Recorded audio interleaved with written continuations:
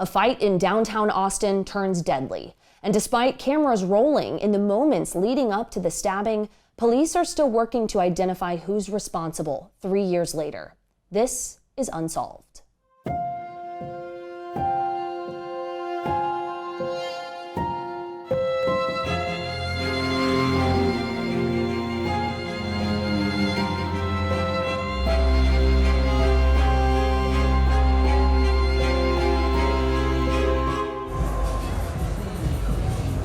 In the early hours of the morning on a weekend in 2022, the sights and sounds of bustling downtown Austin turned from music and laughter to fighting. Surveillance cameras capture the moments 3 men approach 27-year-old DeAndre Day and his friend near 6th Street. A fight breaks out. Day is stabbed and succumbs to his injuries. Since then, Austin police have released several rounds of footage and images from this incident, trying to track down and identify the people responsible. Joining me now is Detective Jason Jones from the Austin Police Department. Thank you so much for being here. Thank you for having me.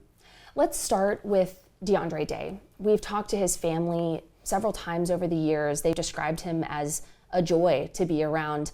But what do we know about him?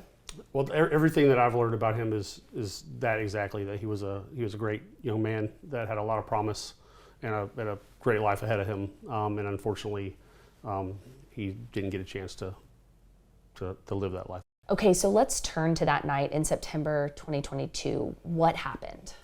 So the video is very clear. DeAndre was with 2 friends. They were traveling eastbound on 7th Street towards Colorado.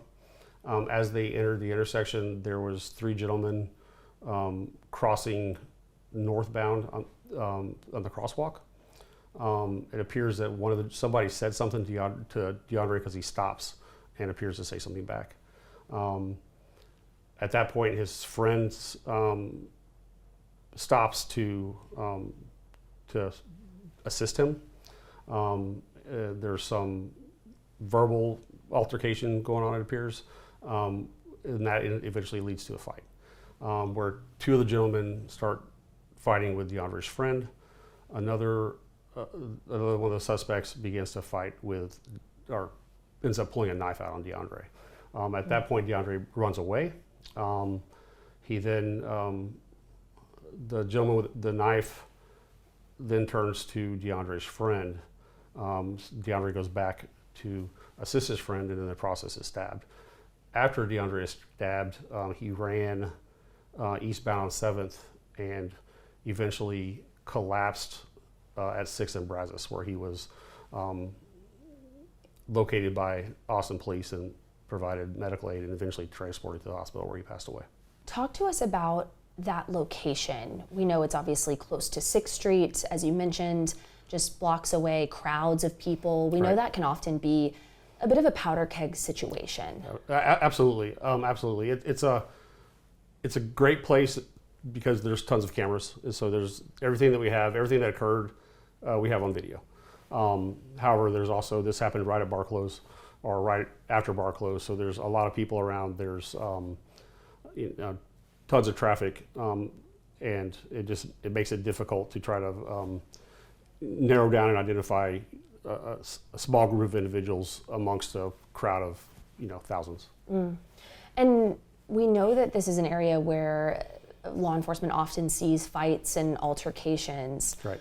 But how frequently are those becoming something as tragic as this? Unfortunately, it is getting more and more frequent that we're seeing more and more violence down there. However, there's fights on 6th Street in that area every weekend. And they rarely turn deadly, fortunately. You mentioned the footage. There's a lot of surveillance cameras. Talk about some of that footage. What do we know from the videos? What stands out to you? So we know that the individuals that we're looking at, it appears to be a white male with long blonde hair. We're looking for what we believe is a Hispanic male with short, curly black hair with highlights on his hair, and a black male with long dreadlocks. Those are the descriptions of the 3 suspects. Something else that jumped out in one of the videos you all have released over the years since this occurred is actually someone you believe who might have had another video, a cell phone video. Correct. Describe that for us, and why is it so key to find that person? It would be a huge break to this case to be able to find that person. So there's 3 individuals that are walking westbound on the north curb line of West 7th towards Colorado as this fight begins. One of the individuals, it appears on video, pulls out a cell phone and begins to record the fight. So we would love to find and speak with that person, because hopefully he still has that video, and that would go a long way to help us identify the gentleman involved. You all released that video a while back now. Correct. Have you had any luck with folks coming forward with any of these videos?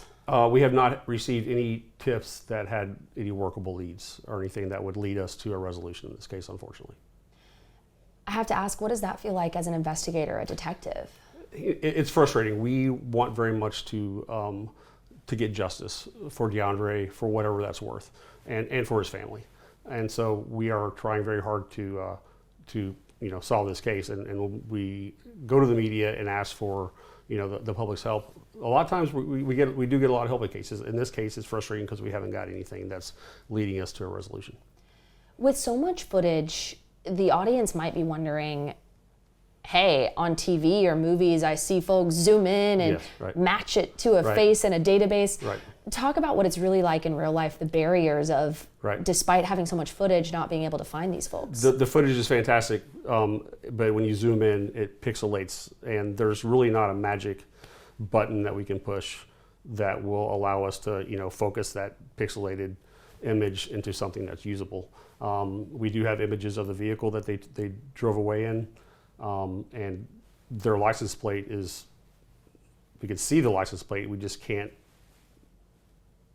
make anything out of it once we try to zoom in on it, unfortunately.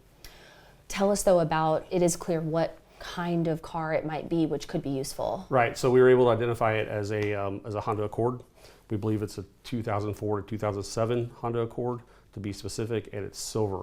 We also believe that it's a base model Honda Accord, very, very basic Honda Accord, so I believe that would be the LX model. Is there anything you think that might be preventing folks from coming forward, or do you really think, as you mentioned, it was a crowded night, it was the early hours after a night of partying for a lot of folks who might have been in the area, or do you think there's something prohibiting people from being willing to come forward? This case is unique in that after DeAndre was stabbed, he fled the scene. And so people that were there, for example, the gentleman with the camera, likely did not know that he was mortally and fatally wounded, because he ran several blocks before he finally collapsed. So in a lot of times, in a lot of our cases, people know that there's, this person is injured pretty bad. They likely did not know that. So that is preventing people. They had no idea, so they didn't stick around to help us. I think a lot of people also believe we have everything on video, so go get them, right? And that's not necessarily that simple. So I believe that there's people out there that know what happened. They know who these people are, and that if they realize that we need their help, they would be happy to come forward. They just aren't aware that we need it. Talk to me a bit about the altercation itself. Do we know, or can we hear on video what sparked it? We do not know. We know that the gentleman our 3 suspects walking northbound through the crosswalk said something to DeAndre, which caused him to stop. We don't know what was said. We don't know if there's a prior relationship between these individuals. It's likely they're just strangers. So we don't know exactly what led to it, except that they said something to him that caused him to stop, and his friend came back to help him. I imagine the fact that they could be strangers makes this all the more complicated. Stranger murders are always going to be more difficult to solve, for sure. And why is that? When we have a case where there's a relationship of some type, whether it's family or friends or whatever, other people who may witness it or or know what's going on in that particular situation will come forward and tell us, hey, this person is having issues with person X, and so it helps us kind of put all the pieces together. So in this case, we don't have that, so we're not able to put those pieces together. Mm. The audience may or may not know that it's also more rare for stranger violence like this to end up in a murder. Correct. I think folks at home hearing that might be alarmed, concerned. Right. Safety on 6th Street has obviously been such a focus the last few years, but do you have any message for folks who are seeing the details of this case and they may be fearful to be in that area? I would caution anyone that goes to 6th Street to always be careful, stay with groups of people.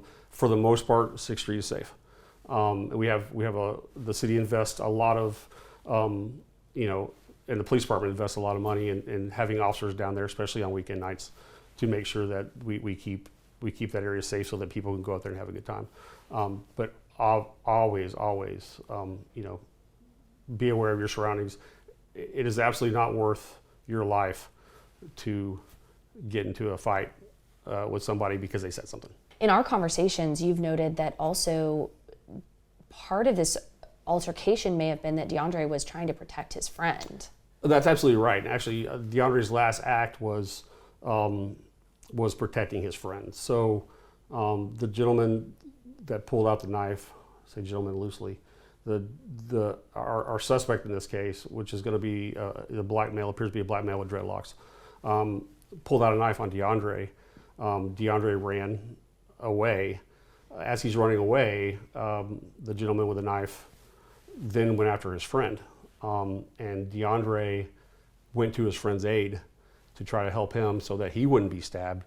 And in the process of that, got stabbed. So DeAndre's last act was saving his friend's life. I mean, the biggest obstacle we have in this case is just nobody is able to identify these three people, and we don't have anything.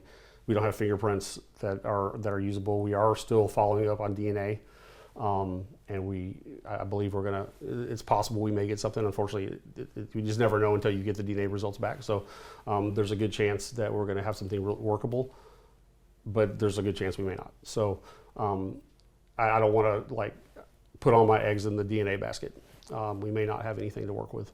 So if there's somebody out there that has information, DeAndre had a ton of friends, and if some friends have heard things, if one of these gentlemen that we're looking to talk to that were involved in this deal, if they see this, we need to talk to you. And eventually we're going to identify them. The best thing that could happen is for them to come down and talk to us and give their side of events. To these, we have three gentlemen. One was the stabber. I would love to talk to the other two and see what their involvement was before and after, and see if they can identify the gentleman with a knife. Mm. As you mentioned, such a heartbreaking case, and something that we've heard throughout from DeAndre's family is, of course, the waiting is grueling as well. Right. Is this a long time for a case to sit unsolved? We're very fortunate that most times we're able to have leads pretty quickly that are workable leads that we can, that eventually lead us to a suspect. This case has, we're past the 3-year anniversary. The 3-year anniversary was last month, and that is a long time for us to have a case. We never stop working them. I'll be working this case until I leave homicide, and somebody will be working it after then. So this case will be continually worked until, for the foreseeable future.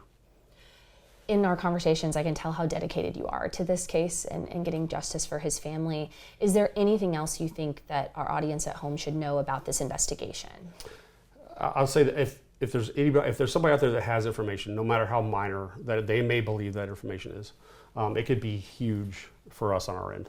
We can take something small and roll with it and see and be what cracks this case. And so if somebody has information, if somebody recognizes any of the gentlemen on the video, whether the suspects or the witnesses, please let us know. That would be a huge thing for us. of all my cases, I lay awake at night and think about this case more than any other cases.